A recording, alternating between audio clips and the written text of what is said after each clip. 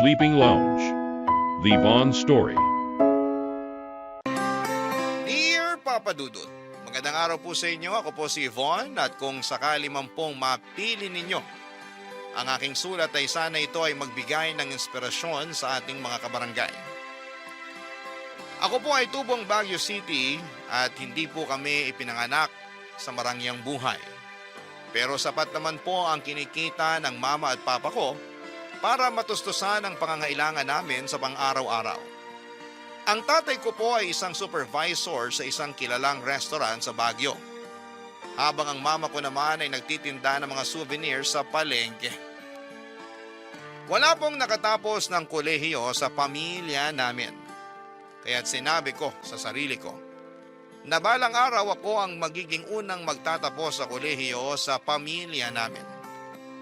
Pero pagkatungtong ko ng 17 years old, pumanaw ang tatay ko sa sakit na liver cancer. Masakit po ang mga nangyari, Papa Dudut, pero kinailangan naming magpatuloy sa buhay. Lalo pong naging mahirap ang lahat at ako po ay tumulong kay Mama sa pagtitinda ng souvenir para matustusan ang aming pang-araw-araw. Sa awa po ng Diyos, nakapagtapos ako ng high school. Ngunit sa mga panahong yon ay pakiramdam ko ay mauudlot ang pangarap kong makapagtapos ng kolehiyo dahil sa kakulangan namin sa pera. Kaya't nagpasya po muna akong magpatuloy sa pagtulong kay Mama sa pagtitinda ng souvenirs. Isang araw habang naghihintay ako ng customer sa pwesto namin, nag-scroll ako sa newsfeed. Sa social media ko nang makita ko ang isang job listing para sa isang call center na nag-hiring. Agad ako nag-send ng resume at dahil may karanasan na ako sa pagsasalita ng Ingles. Salamat na rin sa pakikipag-usap ko sa mga banyagang customer na bumibili ng souvenir sa amin ay naging mas confident ako. Over the phone lang po ang interview at sa awa naman ng Diyos ay nakapasa ko. Sobrang saya ko po ng mga panahong yon at pakiramdam ko sa wakas ay matutupad na ang lahat ng mga pangarap ko. Para sa pamilya ko at para sa sarili ko. Kaya't hindi ko na po pinalampas kaagad at agad kong ibinahagi ang magandang balita kina Mama at sa mga kapatid ko, Papa Dudut.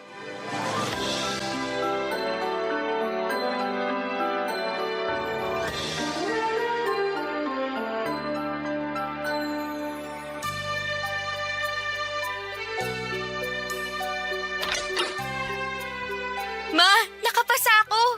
Ha? Ano ibig mo sabihin? Nag-apply po ako sa isang call center na nakabase sa Manila. Nakapasa ako sa final interview. Tanggap na po ako sa trabaho. Wow! Congrats, ate! Thank you, Bunso. Para rin sa atin to. Sandali lang, ate. Manila? Ang layo nun ah. Ba't di ka nalang mag-apply sa mga call center dito sa Baguio? Mas malaki kasi ang offer sa Manila. Mas mabilis matutupad ang mga pangarap natin pag doon ako magtatrabaho, Bunso. Alam mo naman na matagal na natin gustong magkaroon ng sariling negosyo. Para sa ganun, hindi na namin kailangan ni Mama na magbenta ng mga souvenirs sa palengke. Kung sa bagay, tama ka dyan. Sige, nak, ikaw bahala. May tiwala naman ako sa'yo eh. Nga po pala, Ma. Gusto ko na rin po sanang pag-aralin si Rafi sa kolehiyo sa susunod na pasukan. Talaga, ate? Oo, Bunso. At ako na ang sasagot sa tuition fee mo. Iba pa rin talaga pag nakapagtapos. Kaya mag-aral ka ng mabuti, ha? Gusto kong siguraduhin na maganda ang magiging kinabukasan mo. Pangako po, ate. Mag-aaral ako ng mabuti. Thank you talaga. Huwag po kayong mag-alala dahil magpapadala rin po ako sa inyo. Sige anak, salamat ha. Maaasahan ka talaga. Ay nga pala, nakahanap ka na ba ng titirhan mo sa Manila? Kinausap ko na po yung dati kong kaklase sa high school tungkol dyan. Uupa po ako ng kwarto doon sa tinitirhan niyang boarding house sa QC. Mukhang planado mo na nga ang lahat ng to ha. Sige anak, basta mag-iingat ka doon. Opo, Ma. Simula nung namatay si tatay, wala na akong ibang hinangad at ginusto kung hindi ang guminhawa tayo sa buhay. Ayoko na habang buhay na lang po kayo nagtitinda ng mga souvenir sa palengke. At pag nakaipon na po tayo, magtatayo tayo ng maliit na sari-sari store. Naiintindihan kita, nak. Kahit ako, sawang-sawa na rin ako sa buhay na isang kahig isang tuka. Wala rin naman akong magawa kasi Hindi naman ako nakapagtapos sa pag-aaral. Huwag kang mag-alala, Ma. Hindi pa huli ang lahat. Pag nakapagtapos na si Rafi sa kolehiyo, ako naman ang babalik sa pag-aaral. At unti-unti na rin nating papalakihin ang matagal na nating pinapangarap na sari-sari store. Mabuti naman kung ganun, Nak. Teka lang ate, sigurado ka na ba na gusto mong magtrabaho sa call center? Marami ako naririnig na mga kwento tungkol dyan. Bisyo, kabitan, mga nangungutang na hindi nagbabayad at kung ano-ano pa. Hindi lang call center ang may ganun, Bunso. Kahit anong trabaho pa yan, talagang may mga challenges. Ang mahalaga, matutunan mong mag-handle ng pressure at hindi ka matatangay ng mga maling gawain. Kaya natin to. Pero kakayanin mo ba talaga ang puyat, ate? Kakayanin ko syempre para sa'yo at para kay Mama. Masaya ako, Nak, na sa wakas. Matutulungan mo na rin kami ng kapatid mo. Alam mo naman, hindi na ako bumabata. Ikaw na lang talagang natitira naming pag-asa eh. Hindi ko na talaga alam ang gagawin ko kung wala ka. Gaya nga ng sabi ko, Ma, wala na akong ibang hinangad kung hindi ang makaraos tayo. Muli tayong babangon, Ma. Pero ate, huwag mo rin kalimutan ang sarili mo ha. Basta kung kailangan mo nang makakausap, tawagan mo lang kami. Syempre naman, Bunso. Sobrang mamimiss ko kayo. Ito talaga si ate ang OA. Sa Manila ka lang naman magtatrabaho. 6 hours lang naman ang pagitan natin. Tsaka na ako iiyak kung mag-a-abroad ka na. Loko-loko ka talaga. Pero seryoso ate, mamimiss din kita. Nga pala, Nak, kailan ang alis mo? Sa Makalawan na po, Ma. Sige, basta mag-iingat ka doon ha. Paplansyahin ko lang yung mga damit na dadalhin mo. Sige po, Ma. Salamat. At ikaw, Rafi, magpapakabait ka dito, ha? Huwag mong bigyan ng sakit ng ulo si Mama. Ako pa ba? Huwag kang mag-alala ate, akong bahala. Basta, lagi ka magte-text sa akin, ha? Opo ate. Sige na, matulog ka na. Maghahanda pa ako ng mga gamit ko. I love you, Bunso. I love you too ate. Agad akong lumuwas papunta ng Maynila noong Makalawa at sinundo ako ng isang kaklase ko sa bus terminal. Magaan naman ang mga unang linggo ko sa boarding house. At buti na lamang at napakiusapan ko ang may-ari ng boarding house na pumayag na bayaran ko siya kapag dumating na ang unang sahod ko. Maayos rin naman ang takbo ng trabaho ko sa call center at kalaunan ay nakapasa ako sa training at naging regular na empleyado. Pero Papa Dudut, ang hindi alam ni na Mama at Rafi ay hindi pala ganong kalaki ang sahod. Lalo na kung baguhang kalabang at wala pang experience. Marami kasi ang nag-iisip na kapag call center ay malaki kaagad ang kita at akala ko ay ganon din nung muna. Pero nang dumating ako sa Maynila para pumirma ng kontrata ay doon ko lang nalaman na hindi pala ganong kalaki ang offer. Lalo na sa mga bago sa industriya. At lalong-lalo na kung marami kang pinagkakagastusan.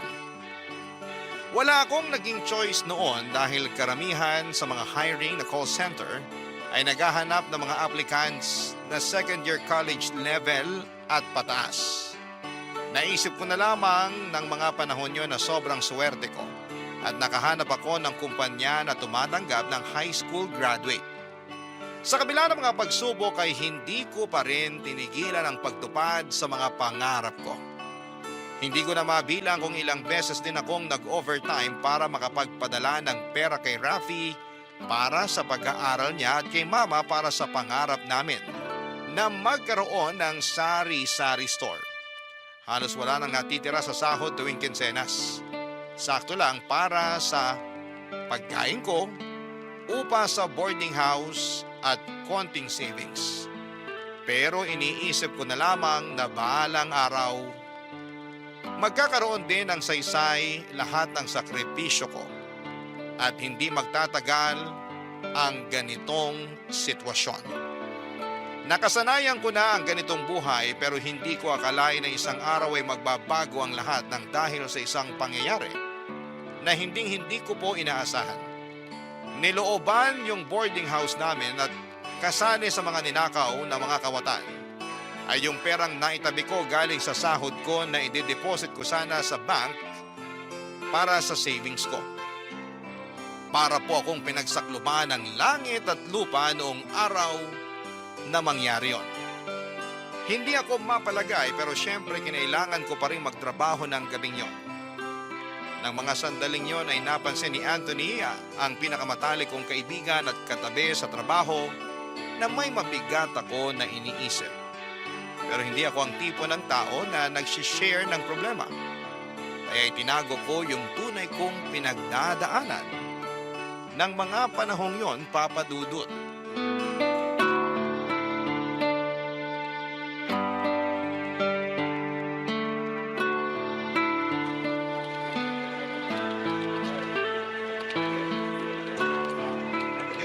Thank you for calling. Have a nice day. Ay, sa dinami-dami ng pumapasok na tawag, akala ko hindi na ako makakapag-break eh. Tsaka isa pa, masisiraan na ako ng bait sa mga to. Ba't ba sobrang sungit ng mga tumatawag ngayon?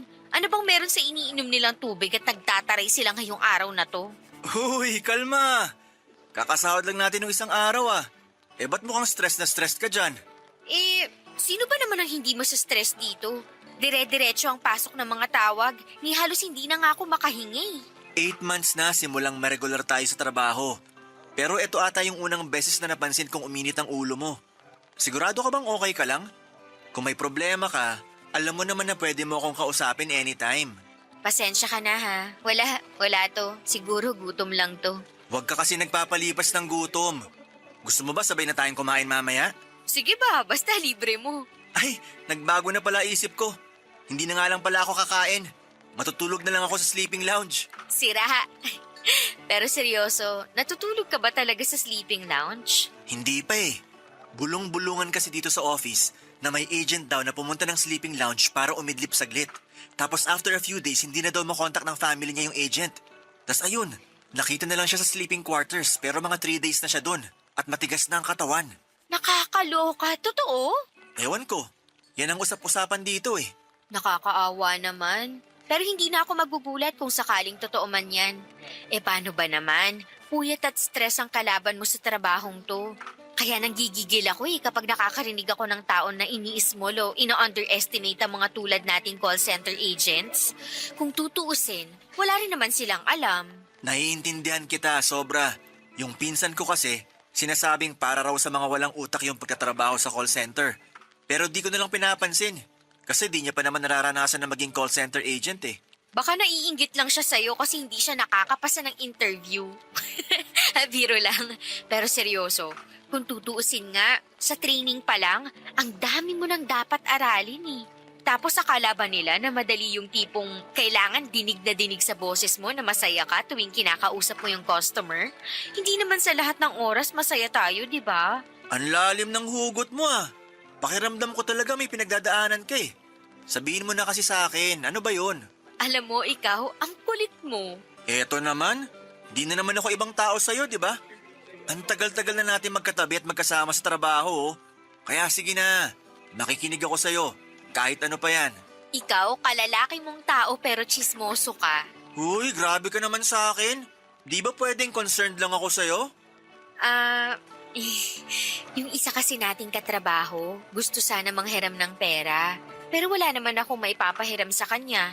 Kaya yun, nag-aalala ako na baka nagalit na sa akin yun. Nako, hayaan mo siyang magalit. Usong-uso dito yan eh. Paano ba naman? Kung tutuusin, pare-pareho lang naman tayo nagpapakapagod sa trabaho. Tas yung iba dyan, manlalamang pa sa kapwa nilang call center agent. Pakiramdam ko kasi yung iba dyan may lifestyle na hindi nila afford. Kaya yan, nababaon sa utang. Mismo, kaya ikaw, iwasan mo ang mga utang-utang na yan ha. Ayoko kasing ma-stress ka. Sayang naman yung maganda at cute mong mukha kung masisira lang ng dahil sa stress. Mahiya ka nga, napaka-corny mo naman. Wala na tayo sa high school, no? Alam mo ikaw, ang sama-sama at ang sungit-sungit mo sa akin. Kakampi mo kaya ako dito. Ganun ba? Mukha ka kasing kaaway eh. Nakakarami ka na ha. Pero pasalamat ka, wala ako sa mood makipagbardagulan sa'yo. Napuyat kasi ako kagabi. Paano ba naman? May construction sa tapat ng bahay namin. Sobrang ingay. Di ako nakatulog ng maayos. Hala, paano yan? Buhay ka pa kaya pagkatapos ng shift natin? May 7 hours pa bago matapos ang shift natin, oh. Ang samahan mo talaga sa akin. Sarap mong kuruting sa pisngi. Siguro matutulog na muna ako sa sleeping lounge. May 10 minutes pa naman bago matapos ang break natin. Sana tabihan ka ng multo. Ipagdasal mo na lang na sana gisingin ako ng multo 10 minutes from now. Siya nga pala, may 10 minutes pa oh. Di ka man lang ba lalabas ng opisina? Okay na ako dito. Antayin ko na lang na matapos ang break natin. Sige, ikaw bahala. Mauna na ako sa'yo ah. Balikan kita after 10 minutes. Naku, kahit wag na. Pagkatapos ng usapan namin na yon ni Anthony Papadudut, may pumasok na ideya sa isipan ko. Wala na akong natirang pera ng mga panahong yon, saktong-sakto lang yung pera ko para sa pamasahe at pagkain. Kaya naisip ko na mas magiging magaan ang buhay ko kung hindi ko na kailangang magbayad ng pamasahe. Kaya naman nakapag-decide na ako na matulog na lamang sa sleeping lounge ng company namin. Pagkatapos ng shift ko noong araw na yon ay nagpaalam ako sa landlord nang inuupahan kong boarding house na aalis na ako at tumuloy na ako sa call center. Buti na lamang at kokonti lang ang gamit ko kaya nagkasya lahat ng damit ko sa locker. Siguro magtataka ang mga kabarangay natin kung bakit hindi na lamang ako naghanap ng mas murang boarding house o bed spacer. Siguro dala na rin ng trauma sa dati kong boarding house. At para iwas na rin sa traffic ng Metro Manila. Hindi naging madali ang buhay sa sleeping lounge. May aircon at foam nga pero wala kang privacy at wala ring work-life balance. Hindi mo na malalaman kung tapos na ba talaga ang shift mo kasi pakiramdam mo ay nasa trabaho ka pa rin kahit tapos na yung shift mo. Marami ang napansin at nagtaka kung bakit madalas akong nasa loob ng call center. Siyempre para makaiwas sa mga tanong ay nagdadahilan na lamang ako na sa Bulacan pa ako umuwi. Kaya sa sleeping lounge na lamang ako tumatambay. At sa kabutihang palad ay napapaniwala ko naman sila ng mga panahong yon. Kung iniisip ninyo na yumayaman na ako mula nang sa sleeping lounge ako matulog ay nagkakamali kayo. Konting pera na lamang ang natitira sa akin noon kasi regular ako nagpapadala kay mama para sa sari-sari store na pinapatayo namin. At kasabay noon, nagpapadala din ako kay Rafi para sa tuition fee at sa allowance niya. Pero sa mga panahong yon ay iniisip ko na lamang na darating ang panahon na hindi ko na kakailanganing matulog sa sleeping lounge. Alam ko na darating ang araw na magbubunga rin lahat ng mga pagsasakripisyo ko ng mga panahong yon, Papadudut. Barangay Love Stories. Barangay Love Stories. Sa kabila ng lahat ng pagod, Papadudut, ay may isang tao na naging dahilan ng mga ngiti ko. At yun ay walang iba kundi si Anthony. Tuwing kasama ko siya ay parang nawawala lahat ng pag-aalala at pressure sa buhay ko. Mas nagiging excited akong pumasok sa trabaho dahil sa kanya. Ang sweet din niya, Papadudut, dahil tuwing may problema ako sa customer ay agad niya akong tinutulungan at ganon din naman ako sa kanya. Yung mga simpleng asaran at kwentuhan na nagsimula lang sa mga biro ay unti-unti ay naging daan para magkaroon ako ng mas malalim na concern kay Anthony. Hindi ko namamalayan, Papadudot, pero sa bawat araw na lumilipas, mas nagiging bukas ako sa kanya. At tuwing uma-absent siya ay nararamdaman ko yung kaba at pag-aalala sa dibdib ko. Parang may kulang sa araw ko kapag hindi ko siya nakikita. At hindi ko na rin namamalayan na parati ko na siyang kinakamusta. Parang natural na lamang para sa akin na magtanong kung kumusta siya, kung kumain na ba siya at kung ano ang nangyari sa kanya. Si Anthony na dati isang simpleng kasama lamang sa trabaho, ngayon ay parang naging isa sa mga naging taong hindi ko kayang mawala sa buhay ko. Lumipas ang 2 buwan at mas lalo pang nahulog ang loob ko kay Anthony, Papadudut. Pero sa totoo lang, nalilito ako noong mga panahong yon. Ang dami ko kasing iniisip na responsibilidad at ayoko mawala ng direksyon dahil lang sa isang pagmamahal na hindi ko pa alam kung paano haharapin. Kaya hindi ko nagawang aminin kay Anthony ang tunay na nararamdaman ko para sa kanya. Alam ko sa sarili ko at paulit-ulit kong sinasabi sa isipan ko na hindi madaling makipagrelasyon. Hindi lang pagmamahalan ang kailangan para maging matagumpay ang isang relasyon. Marami pang aspeto ng buhay ang dapat isaalang-alang para maging matatag at magtagal ang isang relasyon. Pero isang gabi habang pareho kaming naka-break at nasa labas ng opisina, kinausap ako ni Anthony at inamin niya sa akin ang pagmamahal na matagal na niya palang nararamdaman para sa akin. Sa mga sandaling yon ay hindi ko alam kung paano ilalarawan ang nararamdaman ko. Sobrang saya at kilig ang nararamdaman ko sa bawat salita niya. Na para bang kinain ko rin lahat ng mga sinabi ko tungkol sa mga pananaw ko pagdating sa pakikipagrelasyon, Papa Dudut.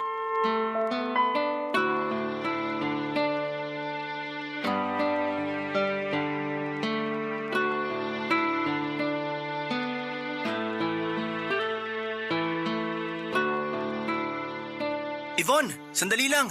Oh, bakit? Anong kailangan mo? Babalik ka na ba sa loob ng opisina? Anong tingin mo sa akin, tagapagmana ng kumpanya? Meron pa akong 12 minutes bago matapos ang break, no? Kung ganon, pwede ba kitang makausap? May kailangan akong sabihin sa'yo. Eto naman, ba't napakaseryoso mo? Magre-resign ka na ba? Oh, hoy, huwag mo sabihin magre-resign ka na. Hindi yun, ano ka ba? So ano, mangungutang ka ba? Naku, tigil-tigilan mo nga ako. Heto naman, makinig ka kasi muna sa akin. Bakit ba? Ano ba yun, ha? Ano kasi, Ano? Yvonne, Nakakaloka. Huhulaan ko pa ba kung anong nasa isip mo? mahal kita. Ano? Matagal na kitang mahal. I'm sorry pero kakapalan ko ng mukha ko. Ni minsan hindi ka nawala sa isip at puso ko, Yvonne. Ngayon lang ako nagkaroon ng lakas ng loob sabihin sa iyong lahat ng to kasi natakot ako na baka mag-ibang tingin mo sa akin kapag inamin ko sa iyong totoo. Na baka masira ang pagkakaibigan natin kung sakaling sabihin ko sa iyo ang tunay ko na nararamdaman. Well, at least hindi na ako mahihirapan. Ha? Ba't ka naman mahihirapan? Kasi matagal na rin kitang mahal, Anthony. Ano? Nung una, akala ko kasi concerned lang ako sa'yo bilang matalik mo na kaibigan. Pero hindi ko na namamalayan na unti-unti na palang nahuhulog ang loob ko sa'yo. Mahal na rin kita, Anthony. Talaga? Gusto mo bang bawiin ko? Hindi! I love you too, Yvonne! Di mo alam kung gaano ko kasaya ngayon. Gusto kong ipagsigawan sa buong building kung gaano kita kamahal. Subukan mo at talagang tatamaan ka sa akin. Nakakahiya, Anthony. Ano ka ba? Nga pala, Yvonne, matagal ko na pinag-isipan to. At sa tingin ko, oras na rin para sabihin ko sa'yo to. Naku, eto na naman siya. Maghuhulaan na naman kami. Ano ba yan? Tao? Bagay? Hayop? Di rin naman kasi ganun kadali sabihin to, no? Sige na, wag ka nang mahiya. Ano ba yun? Pwede ba kitang ligawan? Depende. May asawa ka na ba? Ha? Dahil kung liligawan mo ko, siguraduhin mo lang na single ka.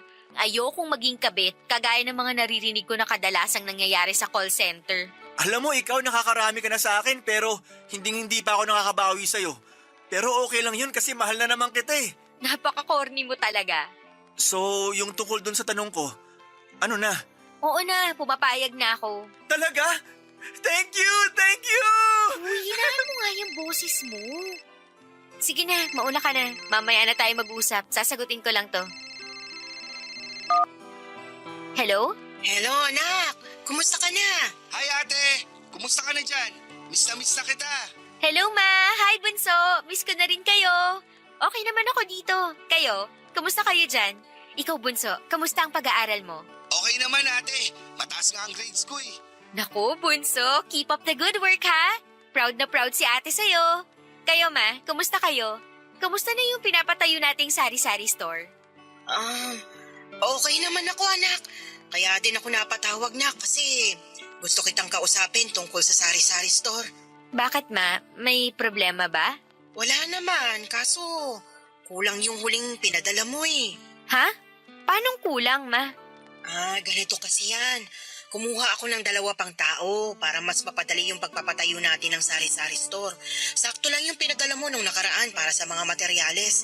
Pero nak, huwag ka mag-alala kasi kapag naipadala mo na ang pera, sigurado ako na mas mapapadali ang pagpapatayo natin ng sari-sari store. Ah, ganun ho ba? Sige po, Ma. Huwag po kayong mag-alala. Magpapadala po ulit ako sa inyo pagkatapos ng shift ko. Sige anak, salamat. Sige na ho, kailangan ko na ulit pumasok sa loob. Matatapos na kasi ang break ko. Ma, I love you. Salamat nak, love you too. Bunso, magpakabait ka dyan, ha? No problem, ate. I love you. Papadudot, parang ako na ata ang pinakamasayang babae sa buong mundo ng araw na yon. Sa wakas ay inamin na rin ni Anthony sa akin na mahal niya ako at sa wakas ay malapit na rin matapos ang matagal kong pinapangarap na sari-sari store para kay mama.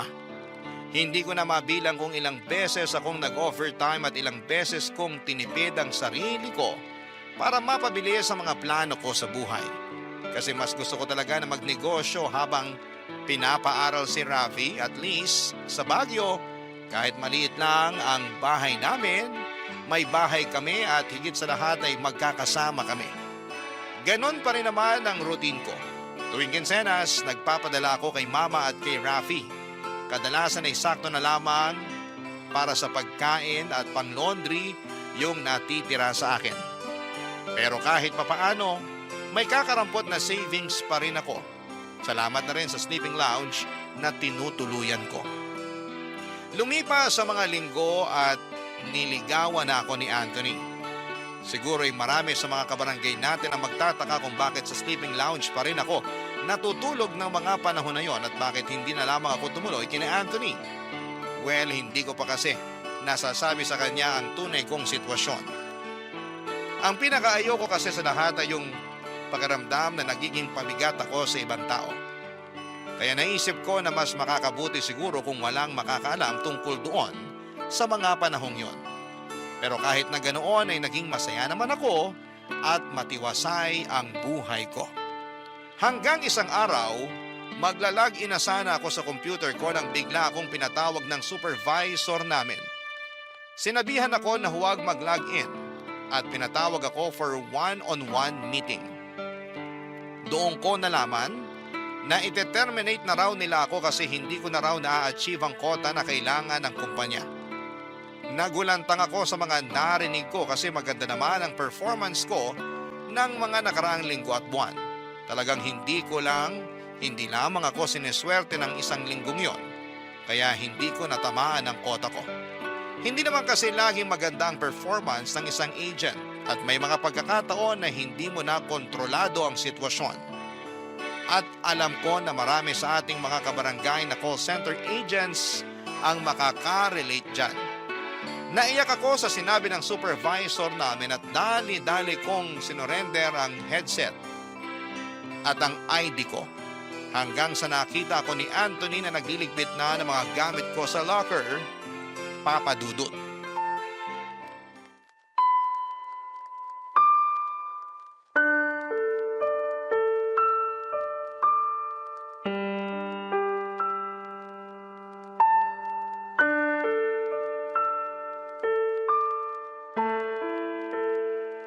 Uy, mahal. Andiyan ka lang pala.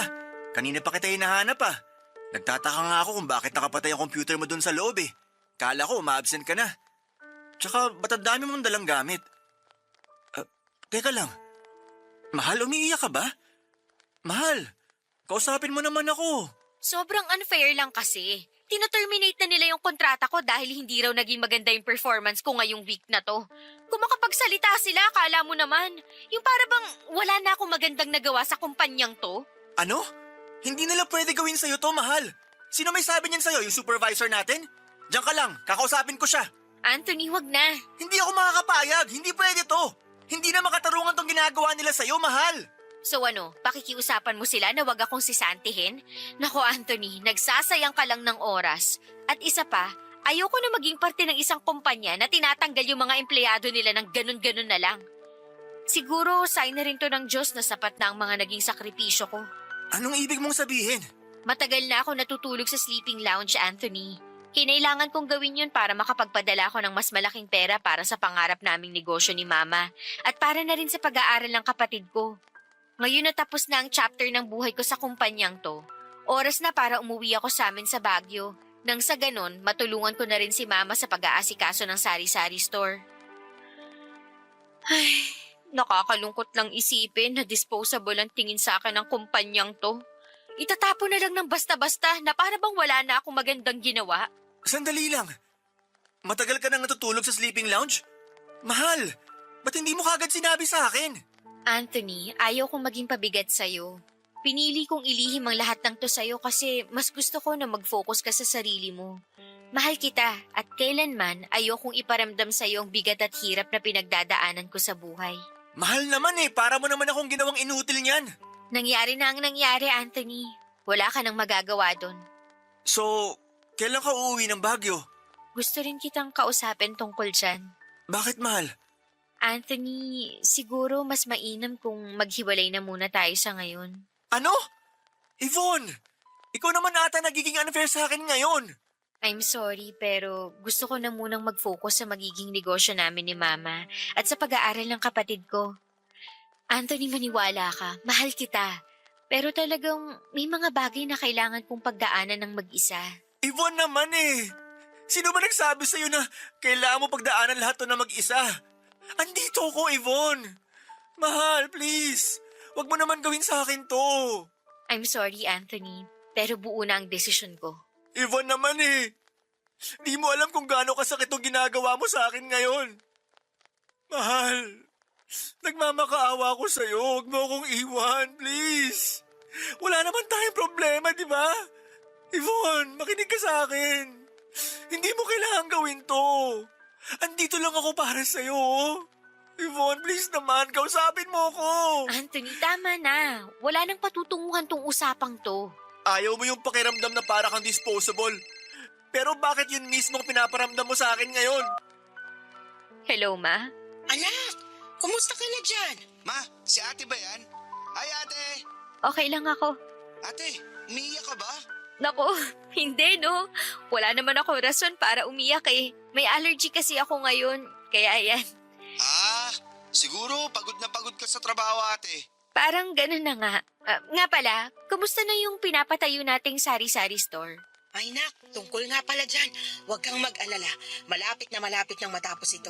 Konti na lang yung kailangang ayusin, tas pwede nang lagyan ng groceries. Kailangan ko lang ulit ng pera para sa sahod ng mga tauhan natin dito, kaya magpadala ka na sa susunod na linggo, ha, nak? Sige po, Ma. Wag na ho kayong mag-alala. Ako na po ang bahala dyan. Nga pala, ate. Kailan ka ba uuwi dito?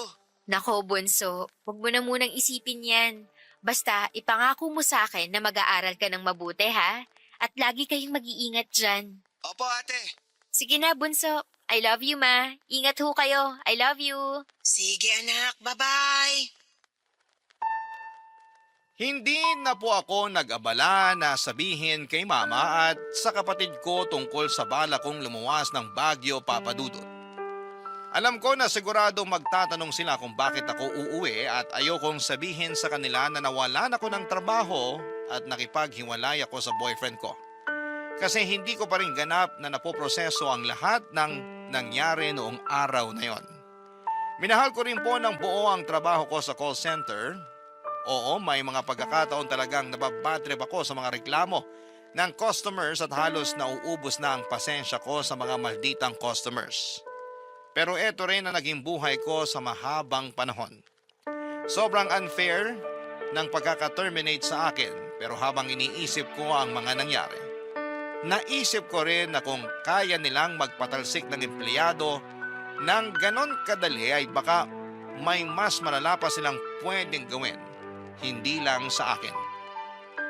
Kung hindi sa ibang empleyado rin, kaya yun na lamang po ang tinanim ko sa isipan ko para hindi ko na rin lubos na maramdaman ng panghihinayang at ang sakit sa pagpapatalsik sa akin sa trabaho. Sobrang sakit din para sa akin ang naging desisyon na hiwalayan si Anthony noong mga panahong yon. Siguro ay marami sa mga listeners ninyo ang magsasabi na selfish ako. Pero sa mga oras na yon ay yon ang akala kong pinakamabuting gawin. Ayokong idamay siya sa gulo ng buhay ko at mas pinili ko na lamang na maghiwalay kami kesa magdulot pa ng dagdag na problema sa kanya dahil sa mga pinagdadaanan ko. Naisip ko na baka balang araw kapag naayos ko na ang buhay ko, magkakabalikan kami ni Anthony, pero sa ngayon ay kinailangan kong ayusin muna ang buhay na naiwan ko sa Baguio. Napakasakit po na mawala ng trabaho at alam ko na hindi sapat ang kakarampot na savings ko para makaraos kami. Kaya ang tanging pag-asa ko na lamang ay ang sari-sari store na pinaghirapan kong buuin mula sa simula. Ayokong bumalik sa buhay na isang kahig isang tuka, Papa Dudut, at higit sa lahat ay ayokong maging dahilan pa ang lahat ng ito para magtrabaho pa ang kapatid ko para lamang makapag-aral siya. Kung may dapat magsakripisyo, ako na lamang. Basta siya ay makakapag-aral ng maayos nang walang sagabal. Lahat gagawin ko kahit masakit para sa mga mahal ko sa buhay, Papa Dudut. Kahit ang hiwalayan ang mahal ko. Barangay Love Stories. Barangay Love Stories. Agad kong nilagay ang mga gamit ko sa isang backpack at sumakay na ako ng bus pabalik ng Baguio ng gabing yon. Habang nakaupo ako sa bus ay hindi ko napigilan ang mga luha ko tuwing naiisip ko si Anthony. Sobrang nakakaramdam ako ng guilt sa ginawa ko sa kanya. Pinili kong makipaghiwalay dahil gusto kong protektahan siya, pero paano kung mas lalo pa palang nakasama sa kanya yung desisyon kong yon. Gulong-gulo ang isipan ko habang nasa biyahe at hindi ko alam kung tama ba ang ginawa ko o kung may ibang paraan sana akong ginawa, Papa Dudut. Pero sa kabila ng lahat ng yon, pinili ko na lamang na huwag munang mag-isip ng malalim. Inisip ko na lamang na mamaya ko na aayusin at pag-iisipan ang lahat ng mga bagay sa pag-uwi ko. Napansin ko din ang cellphone ko na may mga text messages mula kay Anthony, pero hindi ko na muna binuksan, Papa Dudut. Ang bigat kasi ng pakiramdam ko. At hindi ko pa alam kung ano ang sasabihin ko sa kanya o kung paano ko siya kakausapin. Gusto ko munang mag-isip ng maayos kasi ayokong magpadalos-dalos at masaktan ko siya ng hindi ko intensyon. Natatakot ako na baka magkasakitan pa kami kung hindi ko siya mabigyan ng tamang sagot. Hindi ko alam kung ano ang susunod na hakbang at iniwasan ko munang buksan ang mga mensahe niya dahil alam ko na ang damdamin ko sa oras na yon ay masyadong magulo pa. Ramdam ko ang sakit sa dibdib tuwing sumasagi si Anthony sa isipan ko. Tinutokso ako ng konsensya ko. Nagdududa kung tama ba ang mga naging desisyon ko. Kung tama bang iwasan siya para hindi siya madamay sa lahat ng mga nangyari. Pero Papa Dudut, hindi ko po akalain na may mas matinding kurot pa palang darating.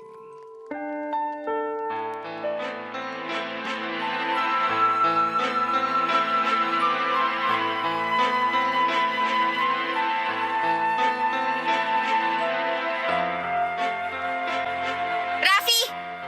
Ate? Kailan ka pa natutong uminom at manigarilyo, ha? Ate, anong Hindi ako nagpakapagod sa Manila para lang matustusan yung bisyo mo, hayop ka. Ate, I'm sorry. Halika dito, pumasok ka nga sa bahay. Hindi pa tayo tapos, Rafi. Alam ba ni Mama tong mga pinaggagawa mo? Ano to, ha?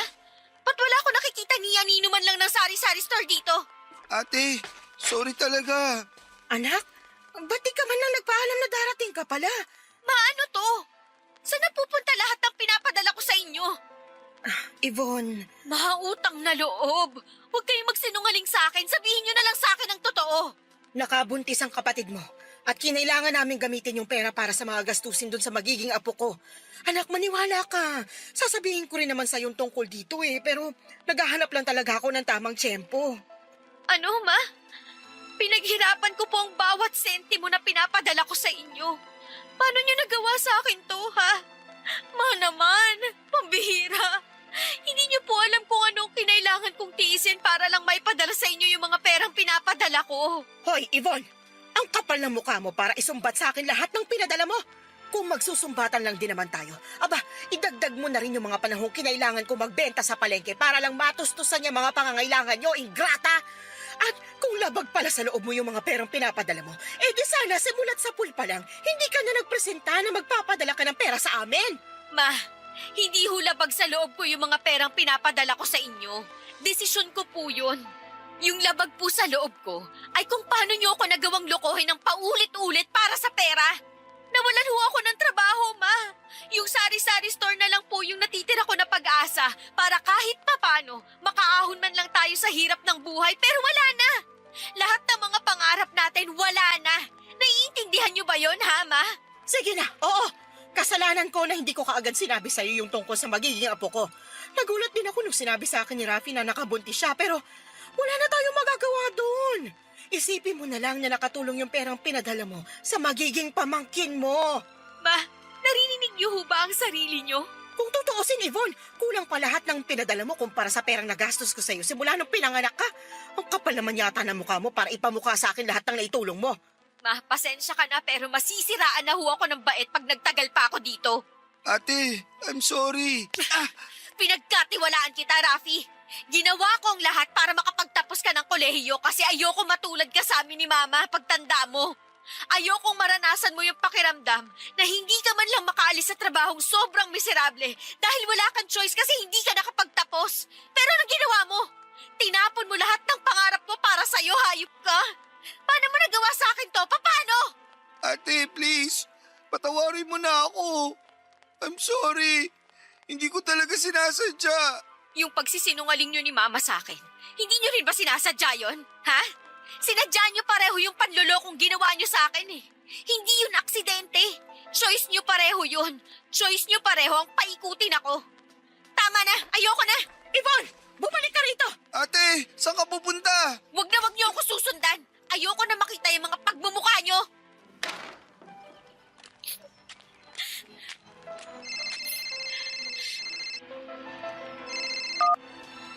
Hello, Anthony? Yvonne, salamat naman. Akala ko di mo na ako kakausapin eh. Pasensya ka na, Anthony. Ngayon ko lang kasi napansin tong cellphone ko eh. Kumusta ka na nga pala? Sana okay ka lang. Alam kong medyo harsh at brutal ako nung huli nating pag-uusap. Sorry talaga ha. Sana patawarin mo pa ako. Hindi ko intensyon na saktan ka. Gulong-gulo lang talaga isip ko nun, Anthony. Mahal, kumalma ka. Nasa Baguio ako. Andito ko ngayon sa Burnham Park. Ano? Anong ginagawa mo dito? Nagpapalamig. Eto naman. Siyempre andito ko para sundan ka. Buti na lang talaga sinagot mo yung telepono. Yvonne, parang awa mo na pag-usapan natin to ng personal. Huwag ka nga alis dyan. Pupuntahan kita. What if puntahan na lang kaya kita sa bahay nyo? Ibigay mo na lang sa akin ang complete address mo. Naku, wag na.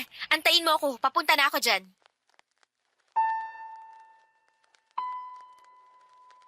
Natuloy ang pagkikita namin ni Anthony sa Burnham Park, Papadudot. At doon ko nalaman na nag-resign din pala siya sa call center na pinapasukan namin. Napagtanto ni Anthony na kung kaya nilang i-terminate ako ng walang makatarungang dahilan, hindi malayo na gawin din nila ito sa iba. Kasabay ng revelasyong ito ay doon ko na rin ibinunyag kay Anthony ang lahat ng mga nangyari sa bahay. Kung paanong naglahong parang bulang lahat ng pinaghirapan ko. Sa mga panahong yon ay kinomfort ako ni Anthony ng higit pa sa aking inaasahan.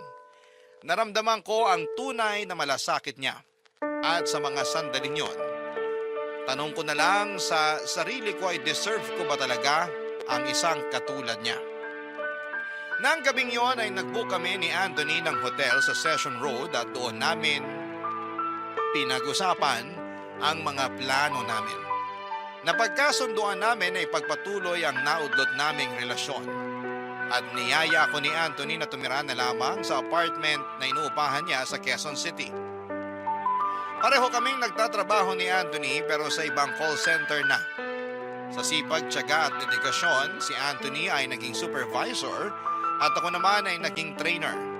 Pagkalipas ng ilang taon ay nag-resign kaming pareho at nakapagpundar na kami ng lupa, bahay at may maliit kaming convenience store.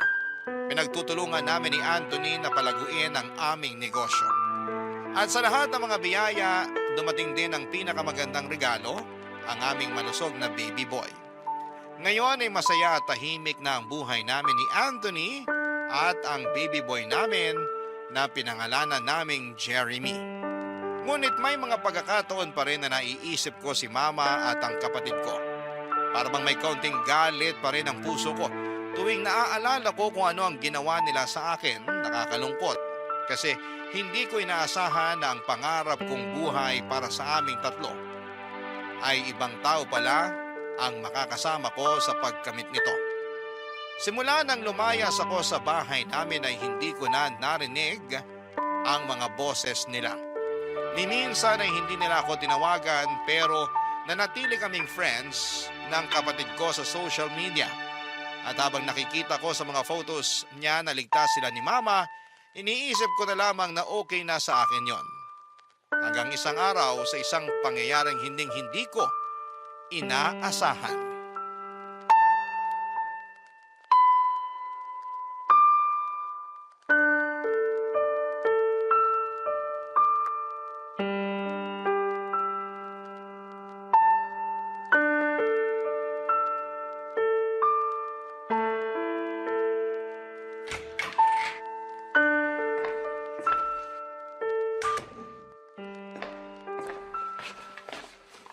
Oh, mahal, saan ka galing? Hi, mahal!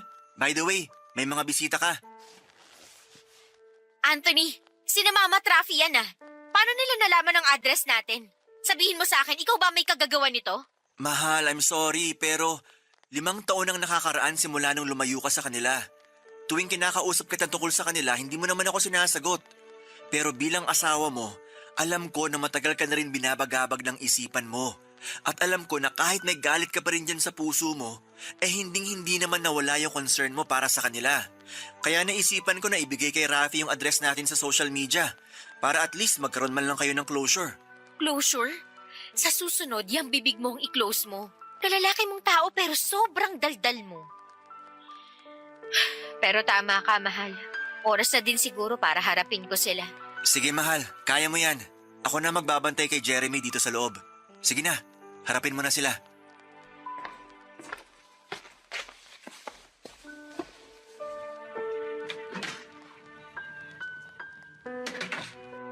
Ma? Rafi? Ate, sobrang na-miss kita. Miss na kita. Yvonne, alam kong huli na ang lahat pero hihingi pa rin ako ng tawad sa lahat ng nagawa ko sa'yo.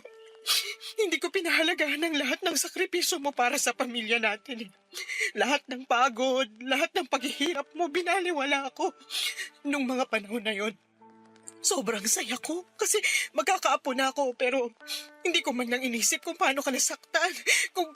Kung gaano kang nagsikap para mairaos ang pamilya natin sa hirap. Hindi mo naman obligasyon yun. Lahat ng mga pangarap mo, lahat ng mga plano mo, hindi ko binigyan ng halaga. Anak, sana mapatawad mo ko. Hindi ko na kayang balikan ang mga pagkakamali ko, pero sana maramdaman mong lahat ng pagsisisi ko sa lahat ng pagkukulang ko. Ma, thank you. Sobra. I love you. Ate, I'm sorry. Kapakanan ko lang din yung iniisip mo noon at binaliwala ko lahat yun. Ramdam ko na yung bigat ng mga naging desisyon ko sa buhay. Pero ate, mas hindi ko nakakayanin kung magagalit ka pa rin sa amin hanggang ngayon. Siguro hindi ko deserve yung pagpapatawad mo ate. Pero gagawin ko ang lahat para lang mapatawad mo ko. Bunso, tumayo ka nga dyan. Hindi mo kailangan gawin yan. Tumayo ka. Ate, Ma, Bunso, hindi lang kayo ang may kasalanan dito. Ako rin. Nilamon ako ng pride ko. Nagpadala ako sa galit ko ng 5 taon. Ang laki ng oras na sinayang ko. Sana mapatawad niyo pa ako. Pangako, babawi ako sa inyo. Anak, wala kang kasalanan. Pasensya ka na't ngayon lang tayo nakita-kita ulit. Dahil na rin po sa tulong ni Anthony. Napakaswerte ko talaga sa asawa kong yan. Dahil sa kanya, nagkita-kita ulit tayong 3. Huwag mo na siyang pakakawalan, nak. Bihira lang ang mga ganyang klaseng lalaki. Opo ma, tama ka dyan. Ano ba yan? Tigilan na nga natin tong drama na to. Nga pala, Bunso. Eto na ba yung pamangkin ko? Opo ate, 5 years old na po si Scott. Scott? Ang cute naman ng pangalan niya. Nako, sigurado ako magiging matalik na magpinsan sila ng anak ko na si Jeremy. Ipagdadasal ko na lang talaga na sana hindi kasing pilyo mo itong si Scott paglaki niya. Nako, huwag ka nang umasa. Tingnan mo na lang ang mukha ng batang yan. Kamukhang kamukha ng kapatid mo, di ba? At hindi lang ang mukha, pati na rin yung ugali. Manang-mana sa kapatid mo. Pero at least cute, di ba? Yan ang gusto ko sa iyo ate. Nga pala, Bunso. Nasaan na nga pala ang nanay ni Scott? Ayun, sumama sa Amerikano at hindi na nagpakita sa amin. Wala man lang kaamor-amor yung babaeng yun sa anak niya. Ganun ba? Huwag ka mag-alala, Bunso. Pagsubok lang yan. Makakabangon ka rin, promise. Paano ate? Paano pa ako makakabangon kung sinayang ko na yung binigay mong pagkakataon sa akin para makabangon sa buhay? Sige, ganito. Dito na muna si Baby Scott sa amin. Kami na ni Mama ang bahala sa kanya. Mas mainam na rin yun. At least may kalaro si Baby Jeremy. At gagamitin mo yung opportunity na yon para makabalik ka sa pag-aaral. Talaga ate? Pag-aaralin mo ako ulit? Ay, syempre, hindi na. Ganito ang mangyayari. Doon ka magtatrabaho sa convenience store namin ng Kuya Anthony mo.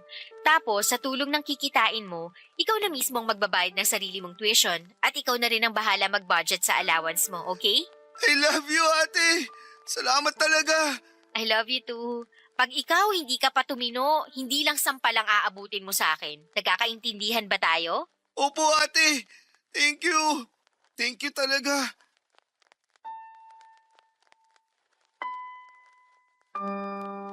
Okay na kami ng pamilya ko, Papa Dudut. Si Rafi ngayon ay nasa kolehiyo, kumukuha ng architecture at nagtatrabaho pa rin sa convenience store namin.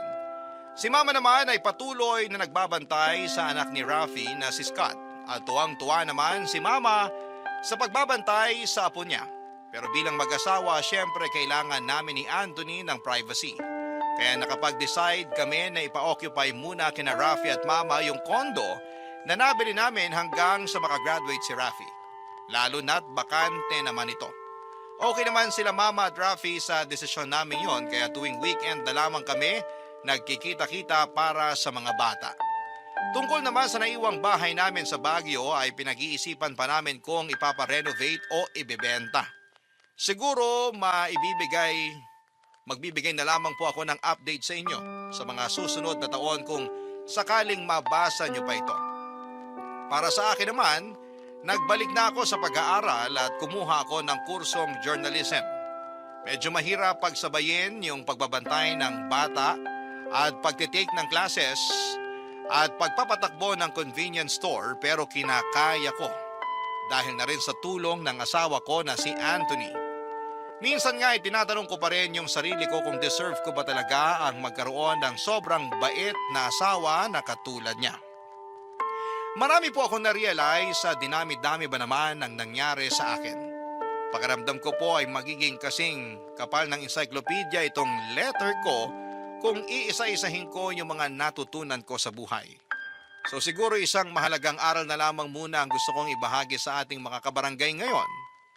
Sa pagiging magulang ko ay na-realize ko na ang pagiging magulang ay hindi lang isang responsibilidad, kundi isang malalim na pagdedesisyon na may malaking epekto hindi lamang sa atin kundi sa mga anak natin, sa kanilang kinabukasan at maging sa komunidad. Kung sakali man pong matanggap ninyo ang aking sulat, Papa Dudut, taos-puso po akong nagpapasalamat sa inyo sa pagbigay ninyo ng pansin sa aking kwento. Ang inyong forever kapuso at kabarangay, Yvonne. Dear Papa Dudut, magandang araw sa inyo at sa lahat ng mga katulad kong panatiko ng Barangay Love Stories. Tawagin niyo na lamang po ako sa palayaw kong Athena. 35 years old at isang call center agent dito sa Makati. Matagal ko na talagang pinag-isipan kung magpapadala ba ako ng sulat sa inyong istasyon. Nang sa ganon ay mabasa ito ni Papa Dudut at makahingi na rin ng payo sa ating mga kabarangay. Kailangan ko rin kasi dahil medyo naguguluhan ako sa kung ano ang dapat at tama kong gawin. Bali magsisimula ang lahat sa pagiging bigo ko sa pag-ibig. Hindi man ako perpektong tao pero hindi naman ako gumagawa ng masama, Papa Dudut. Kaya nagtataka ako kung bakit maila pa rin sa akin ang swerte na makatagpo ng lalaking magmamahal sa akin ng totoo. Simula nang ma-in love ako ay nakatatlong boyfriend na ako. Bago ko nakilala ang nakarelasyon kong lalaki for 5 years. Live-in na nga kami at ready nang mag-level up sa aming pagsasama, kaso noon lang pong 2019 ay merong nangyari na hindi ko po inaasahan, Papa Dudut.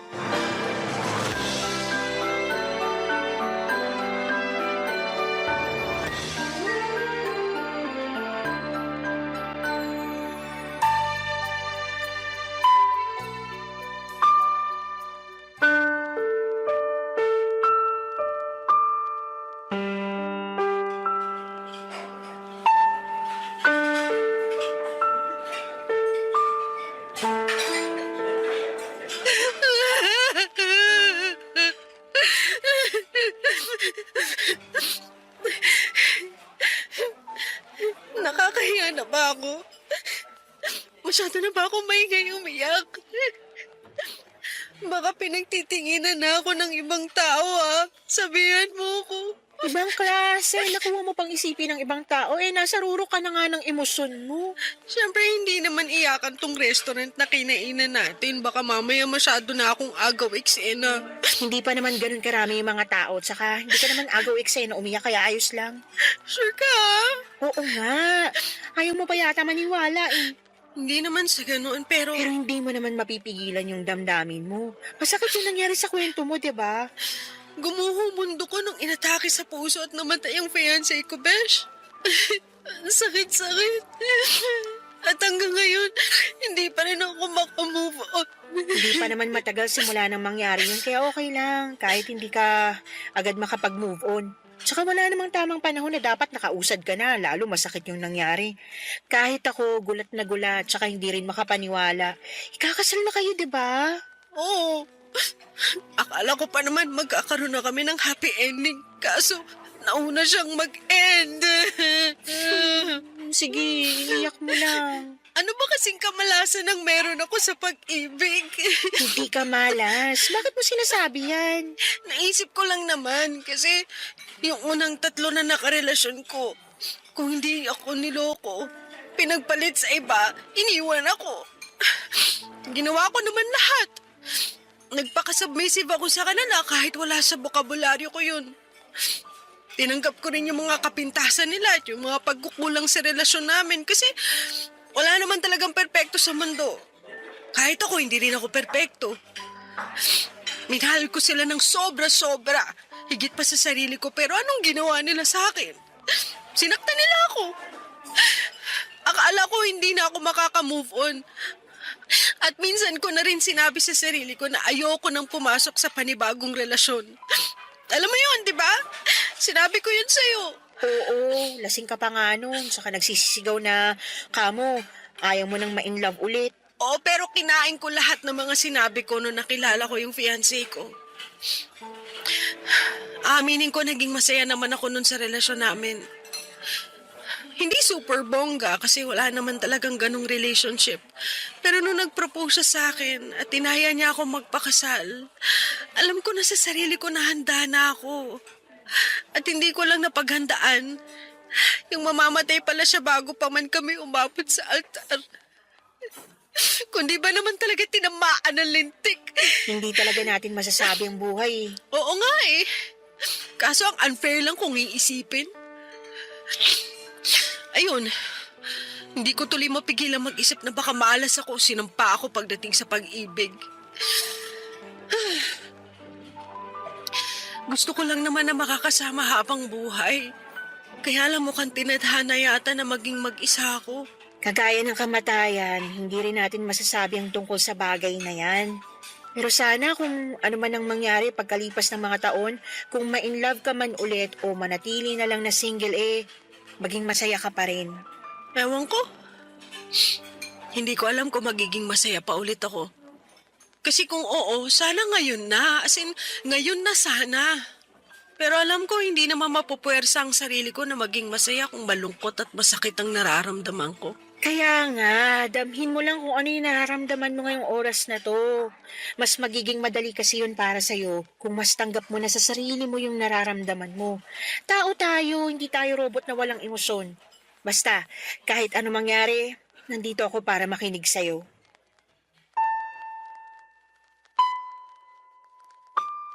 Papadudot katulad ng sinabi ko kay Daisy, kundi ako niloko at pinagpalit ng unang 3 lalaki na nakarelasyon ko noon ay namataya naman ako ng long-time partner.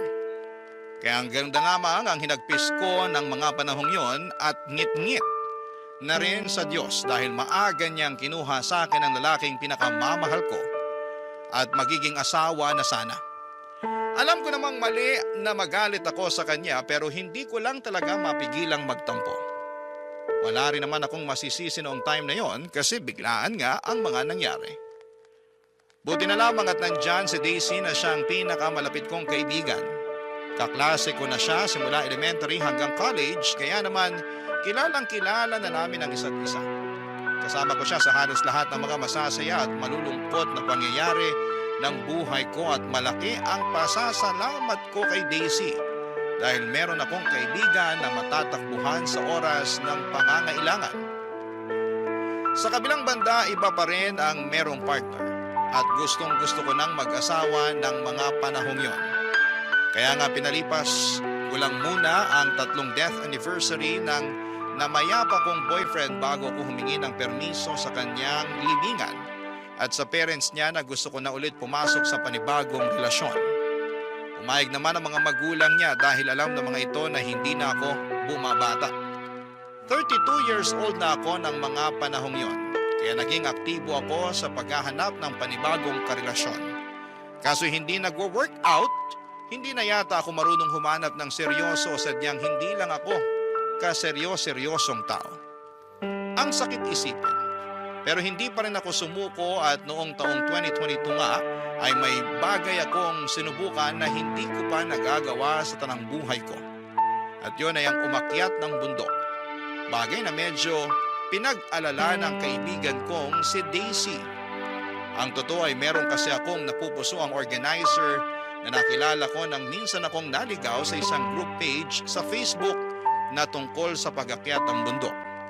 Itago na lang natin sa pangalang Fernan.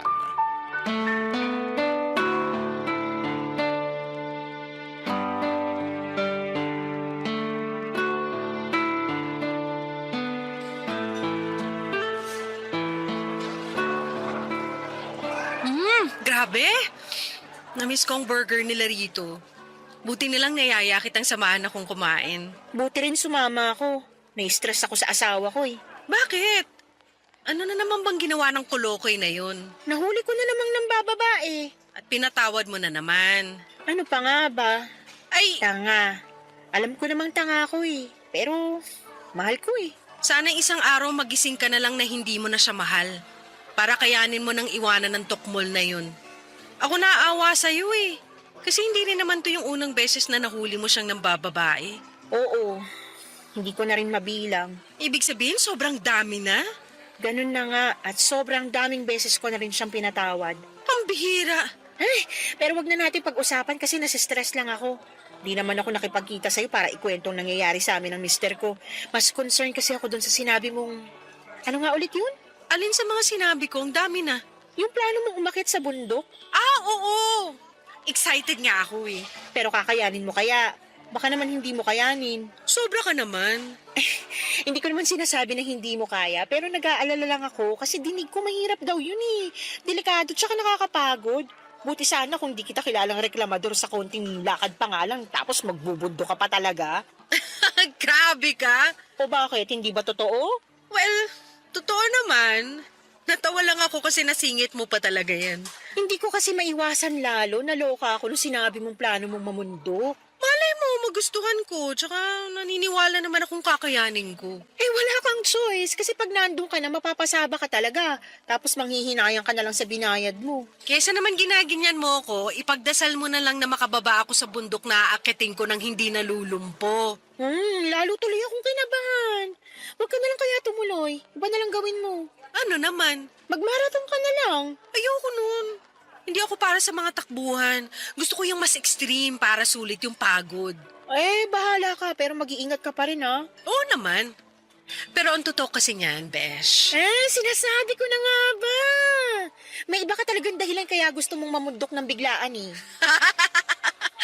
Wala na talaga ako may tatago sa'yo, no? Malamang. Kilala mo na ako. Para namang di tayo magkaibigan since elementary, no? Kaya nga, pero ayun nga. Gusto kong mamundok kasi masyado akong na-curious dun sa nakilala kong organizer/tour guide sa page ng mga umaakyat sa bundok. Nakausap ko kasi siya sa Messenger.